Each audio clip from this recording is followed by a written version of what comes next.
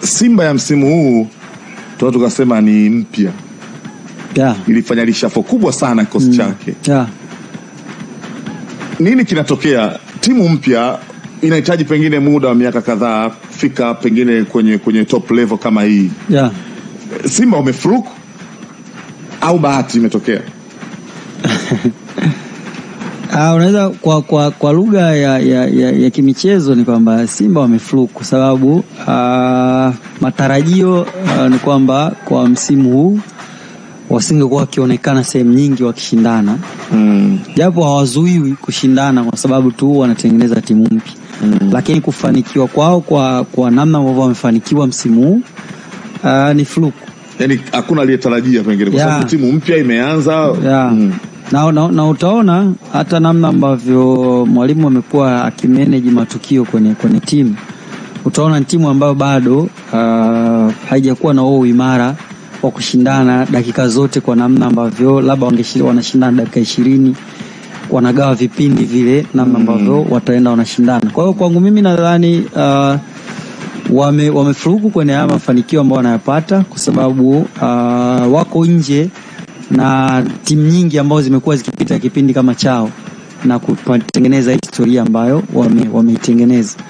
Kusema wamepata bahati kwa namna ambavyo labda timu walizokutana nazo, nadhani kwenye shirikisho ni timu ambazo hizo ndo timu ambazo tutakutana nazo kwenye shirikisho. Si zile ambazo zipo sana kwenye Champions League, lakini kwenye shirikisho hizo ndo timu ambazo zinashiriki kwa sababu kwa timu ambazo zinapeleka timu 4 unatarajia bingwa na makamu bingwa waende Champions League. Kwa nchi ambazo zinapeleka timu 4 kama sisi. Sisi tunapeleka timu 4. Kwa hiyo unaweza kuiona hii ni sehemu ambayo huenda ikawa kwa timu zetu ikawa ni sehemu ambayo tuna uwezo sasa wa kushindana. Kwenye kombe la shirikisho, yani tuna hiyo maso kwamba ikitokea timu zetu mbili ambazo zinategemewa kila wakati kuwa namba 1 na namba 2, ikitokea kiangukia namba 3, ina hiyo maso ya kushindana kwenye shirikisho.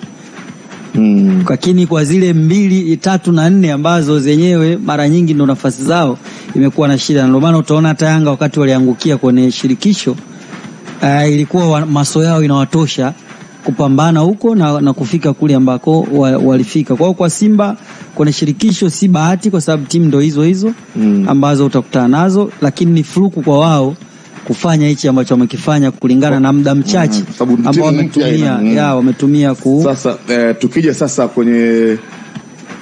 kwenye vitabu sio ninavyosema.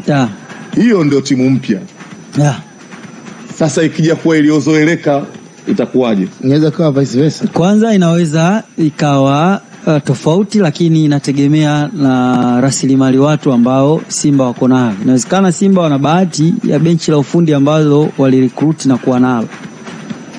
Wachezaji unaweza ukaona namna ambavyo benchi linafanya kazi kubwa kutengeneza mipango na kuiona mipango hiyo inatekelezwa na wachezaji na kufika kule ambako timu imefika sasa. Na ndio maana lawama nyingi kwa wale ambao wanatazama mchezo tu kwa namna ya mchezo unachezwa na unaisha zinakwenda kwa benchi la ufundi. Either mwalimu kwa nini anapanga kikosi hiki, either kwa nini mwalimu afanye mabadiliko wakati ambao sisi tunataka, kwa sababu tunaona kabisa ilitakiwa pafanyike mabadiliko. Ni kwa sababu benchi linavyoichukua timu na mechi ni tofauti na washabiki ambao wanaitazama Simba. Inawezekana washabiki wa Simba wanaona timu yao ni bora mno kwa namna ambavyo benchi linajaribu kutumia na kubanabana matumizi kwa ambavyo timu inaenda. Lakini kama ingekuwa ni benchi ambalo nalo linaamini tuna timu bora mno, inawezekana huku walipo siku ambako wangekuepo. Kwa hiyo mwalimu anajua wachezaji alionao, anajua uchanga wa timu, kwa hiyo anajaribu kutengeneza mpango ambao utakwenda kuiletea timu manufaa. Kwa mfano timu wakati inatafuta goli, mwalimu ana uhakika na watu kwa dakika 20-25 wanaweza wakatia pressure na tukafanikiwa. Tushapata goli. Je, hawa watu wana hiyo experience ya kucheza kwa dakika zote bila kutengeneza mpango ambao tunaweza tukailinda ili goli? Kwa hiyo wakati mwalimu anatengeneza mpango wa kulinda goli ndipo ambako mwalimu analaumiwa kwamba timu haina pumzi, timu sababu hazifanyiki. Kwa nini inashambuliwa? Kumbe mwalimu analinda matokeo yake. Lakini mwalimu analinda matokeo kulingana na uchanga wa timu, sio uchanga wa wachezaji. Unajua unaweza kuwa na wachezaji ambao ni wakomavu lakini timu ni changa, yani timu kama timu. Kwa kutafsiri yale matukio ni changa. Kwa hiyo wanahitajika kuwa compact zaidi ili kuweza kusaidiana kuyatafsiri hayo matukio. Kwa kwangu mimi nadhani bila kuacha kumpongeza mwalimu, utapongeza kikosi, lakini mwalimu amebeba jukumu kubwa sana kwa huu muda mfupi kuweza kuifanya timu kuwa na uwezo ule wa kutekeleza majukumu kiwanjani. Neno fluke kwa lugha ya Kiswahili ni nini? Kubahatisha. Inatokea tu. Yani sisi tutumie fluke, ni lugha ya kigeni. Kigeni. Kwa lugha ya Kiswahili kwamba kurupuka tu. Au mkurupuka. Sasa sijui tafsiri yake, yani kama tu ukutarajiwa umekutwa tu upo kwenye eneo fulani. Maana yake umebahatisha. Kwa hicho ulichokipata umebahatisha. Ukutarajia umebahatisha. Lakini tunasahau kitu kimoja, kwamba maboresho ya kanuni ya michuano hii kwa kiasi kikubwa michuano ya ngazi ya club barani Afrika yamechangia pia kuona kuna baadhi ya timu zinaneemeka katika ujenzi wa timu zao. Mfano zamani ilikuwa wanaotolewa raundi ya pili ya CAF Champions League wanashuka wanarudi huko. Sasa kulikuwa kuna magwiji wakitolewa kule, wakija huko anakuja hasira zake, anaenda kuja kumalizia huko. Anamalizia huko. Lakini maboresho kwamba wewe huko Champions League kifa utazikwa huko uletwe huko wewe. Si wetu si kwa kondo, si wapi wewe umefiatele. Ulipofia utazikwa huko. Na wa huko walipofia watazikwa huko. Hiyo imeleta auheni na ushindani pia kwenye michuano yote miwili. Kwa sababu zilikuwa kama zinatamba timu za aina fulani hivi. Kwa sababu ndio itakiwa cheze klabu bingwa, bahati mbaya kule mambo hajawa mazuri, kashuka chini shirikisho. Kuna raundi ya 3. Kuna raundi fulani. Na wengi walikuwa wanaishi hapo, wakija wale mabwana wakubwa kule, wanawatoa hawa kombeni nao wanakuwa wanatawala wale waliotoka kule kwenye klabu bingwa. Kwa sababu nakumbuka kuna mwaka tulikuwa tunacheza Yanga, tukaanza na Wakomoro. Kuja wakaja klabu Atletico wale wa Angola. Tukawatoa. Raundi ya 3 Esperance kakwama huko akarudi. Kakwama kule kadondokea huko. Huyu hapa. Shughuli yake ndo mkaiona. Tulienda kule tulifungwa 2, yani ile dakika 20 za mwanzo Amisusufu kashakula red card. Tukala 2 kuja Mwanza hapo bila basi. Esperance wameendelea na michuano. Kwa maboresho ya kanuni pia za kimashindano yamewafanya wa huku wa kule. Yes, zimechangia kuongeza ushindani na kuleta pia auheni za kimashindano kwa kiasi kikubwa kwa timu ambazo zinaonekana kuwa giants katika ligi ya mabingwa Afrika. Zikipata nafasi ya kuja shirikisho zinaonesha kwamba nazo miongoni mwa timu shindani kwenye kutaka kikombe cha ubingwa husika. Bana, katibu mkuu wa Wizara ya Habari, Utamaduni, Sanaa na Michezo ambaye pia ni msemaji mkuu wa serikali Gerson Msigwa amesema Rais wa Jamhuri ya Muungano wa Tanzania Daktari Samia Suluhu Hassan kwa kutambua umuhimu wa hatua ambayo Simba imefika ameongeza hamasa kwenye goli la mama, ambapo sasa kila goli atalinunua kwa shilingi milioni 30. Simba ametinga fainali ya kombe la shirikisho barani Afrika kwa ujumla wa ushindi wa bao 1-0 dhidi ya Stellenbosch ya Afrika Kusini baada ya kulazimisha suluhu katika mchezo wa marudiano. Zaidi huyu hapa Msigwa anaeleza taarifa hii. Natambua kwamba wana Simba na Watanzania kwa ujumla wanaendelea kufurahia mafanikio ya Simba Sports Club kufuzu kucheza fainali za kombe la shirikisho barani Afrika. Hongera sana Simba, hongera sana kwa Watanzania wote kwa mafanikio haya makubwa. Sasa tunatambua kwamba katika hatua ya nusu fainali Mheshimiwa Rais Dr. Samia Suluhu Hassan alitoa goli la mama kiasi cha shilingi milioni 20 kwa goli moja la mechi ya ushindi. Mheshimiwa Rais anawapongeza sana Simba, anawatakia kila laheri katika hatua ya fainali. Mheshimiwa Rais anaamini kwamba Simba watabeba kombe la shirikisho barani Afrika katika michuano hii. Sasa katika fainali tunatambua kwamba kutakuwa na mechi 2, ya nyumbani na ya ugenini. Mheshimiwa Rais anawatangazia Simba Sports Club kwamba katika hatua ya fainali mechi mtakayoshinda goli moja, goli la mama, ni shilingi milioni 30.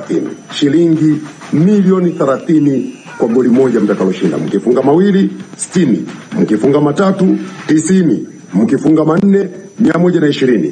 Mheshimiwa Rais anafanya hivi kuatia hamasa Simba Sports Club, wachezaji wawe na morali, waweke juhudi uwanjani, washinde, wapeperushe bendera ya Tanzania.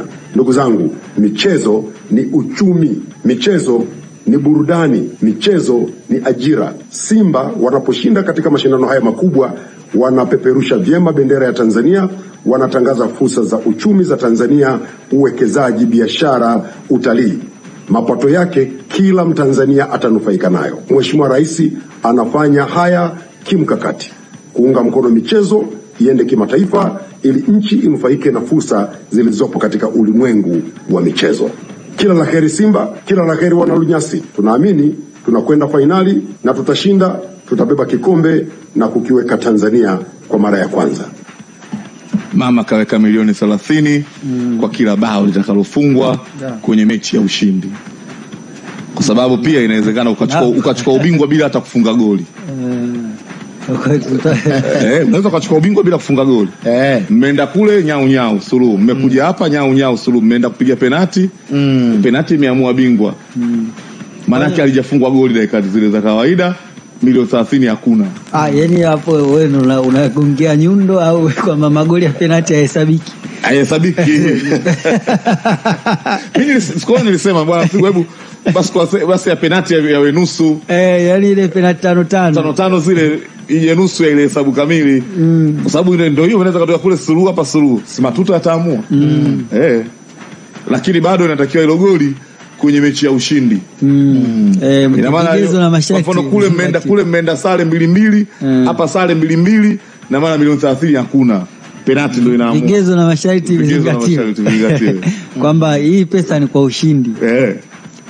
Lakini kama sare itatupa ubingwa atafikiria. Itafikiria. Kama sare hiyo fedha utakayokuwa umekuja nayo siku hiyo msiba umeenda nayo wape iache. Kama sare ndio itatoa bingwa. Bwana Habibu Mchange, mwanahabari nguli, tuko naye anatusikiliza hapa, ametokea Afrika Kusini. Yeye ameandika kichwa cha habari kwamba Simba haijafluku. Isipokuwa imecheza kwa kuheshimu mashindano na kujua nini mashindano inataka. Haya ni mashindano ambayo hayahitaji mbwembwe, yanahitaji matokeo zaidi. Kiemba kazungumzia profile ya timu. Profile ya Real Madrid ndio inawafanya kila wanakutana nao wajue kuwa ni timu kubwa. Simba imepiga hatua ya kimakuzi ya kitimu. Ndio maana imekuwa ni kawaida kwa timu kuwa inafika robo finali. Kimahesabu Simba inachanga karata zake vizuri. Ndio maana nimeuliza hapa neno fluke. Unajua ngoja nakwambia, unajua kuna kitu kimoja, namna unavyo tafsiri kwa matarajio. Simba this time hata ingetolewa group stage hakuna ambaye angelaumu. Nidhani kusingekuwa na kelele. Na sababu ilikuwepo ya msajibainisha kwamba wao wanajenga timu. Na sababu ilishakuwepo. Na ni kubainisha wao wanajenga timu. Na ni kweli na ni timu mpya. Ukiangalia karibu 70-80 yani hakukuwa na haja ya watu kubeba mabango, yasingekubebwa. Yani kwamba yani hata zile kelele kwa mangungu zisingekuwepo. Kwamba kwa nini hamjaingia makundi. Leo hilo lisingekuwepo. Si umeelewa? Kwa sababu washaka bayana kwamba wanajenga timu. Kwa hiyo wanajenga timu na timu kweli mpya. Ndio nimemuuliza Kiemba. Timu hii mpya imepata mafanikio makubwa. Nini kimetokea? Ndio fluke. Umeelewa? Lakini huyo ndugu yetu alipoeleza, katueleza kweli, yani namna walicheza kimkakati kulingana na kila mechi nini inahitaji. Na ndio maana Kiemba alieleza kiufundi kocha anatakiwa pewe pongezi kubwa kwa sababu haina ubora huo. Yani kocha alikuwa anajaribu kutumia rasilimali alizokuwa nazo kulingana na mchezo unavyotaka. Si umeelewa? Na ndio maana hata hii mechi ya kule marejeano alipoona mpaka mapumziko sijapata nataka bila matokeo yangu ya nyumbani yananilinda. Sasa hivi hapa nilinde matokeo yangu ya nyumbani yatanivusha. Sasa wakati nalinda matokeo ya nyumbani, timu inaonekana kama haina pumzi, imeelemewa, imezidiwa, mwalimu kwani afanye sabu, lakini ule ni mkakati wa kimchezo.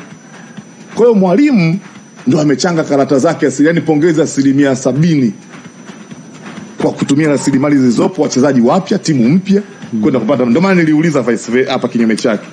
Kama hii ndio inatengenezwa imefanya hivi, hiyo itakayokuwa sasa timu yangu imekamilika, si ndio inachukua ubingwa wa Afrika?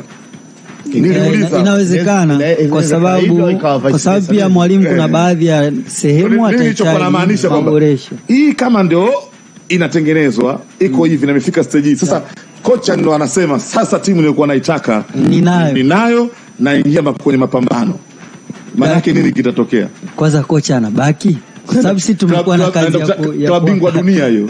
Maana tuko bingwa Afrika na klabu bingwa dunia. Ndio maana nikakwambia Luambano inaweza ka vice versa kwamba tayari timu ya ushindani ipo lakini mwalimu ameamua kuondoka zake. Kwanza mwalimu anabaki. Kwa sababu sisi tumekuwa na kazi ya kuwapa makocha profile wanaondoka. Sema ndio mlinda nayo kazi anakupa faida. Alafu unatakiwa umbakishe nao mtihani. Kwa sababu sasa hivi imekuwa makocha kama wachezaji. Yaani Tanzania ni sehemu ya kutengeneza profile. Kwa hiyo huyo ni tafsiri. Tunaona hata watu wengi hapa wanaleta vile, yani wanahisi kama vile unajua wakati mwingine au tumetumia unabidi lugha ya ngumi, inabidi wakati mwingine Alex pia wewe unaelewa. Yaani unawezekana saa hizi watu wako wanaogelea kwenye bahari ya mafanikio. Kwa hiyo ukiwaeleza kwamba mmefluku hawezi kukuelewa. Yaani ni kama vile ambavyo Yanga walifika finali. Halafu kaambia imefluku. Yaani hawezi kuelewa. Hawezi kuelewa. Lakini sasa hizi wanaweza kukuelewa sababu hata kwenye michuano yoyote hawapo. Unaweza kaelewa. Ukiwaambia ile ilikuwa mmefluku, hamjajenga tabia kwamba nyinyi ni washindani wa namna hiyo. Wanaweza wasaizi. Ukiongea nao wanakuelewa. Labda lugha iliyotumika ngumu. Sasa mimi nikauliza, hii ndo inajengwa. Hiyo inayo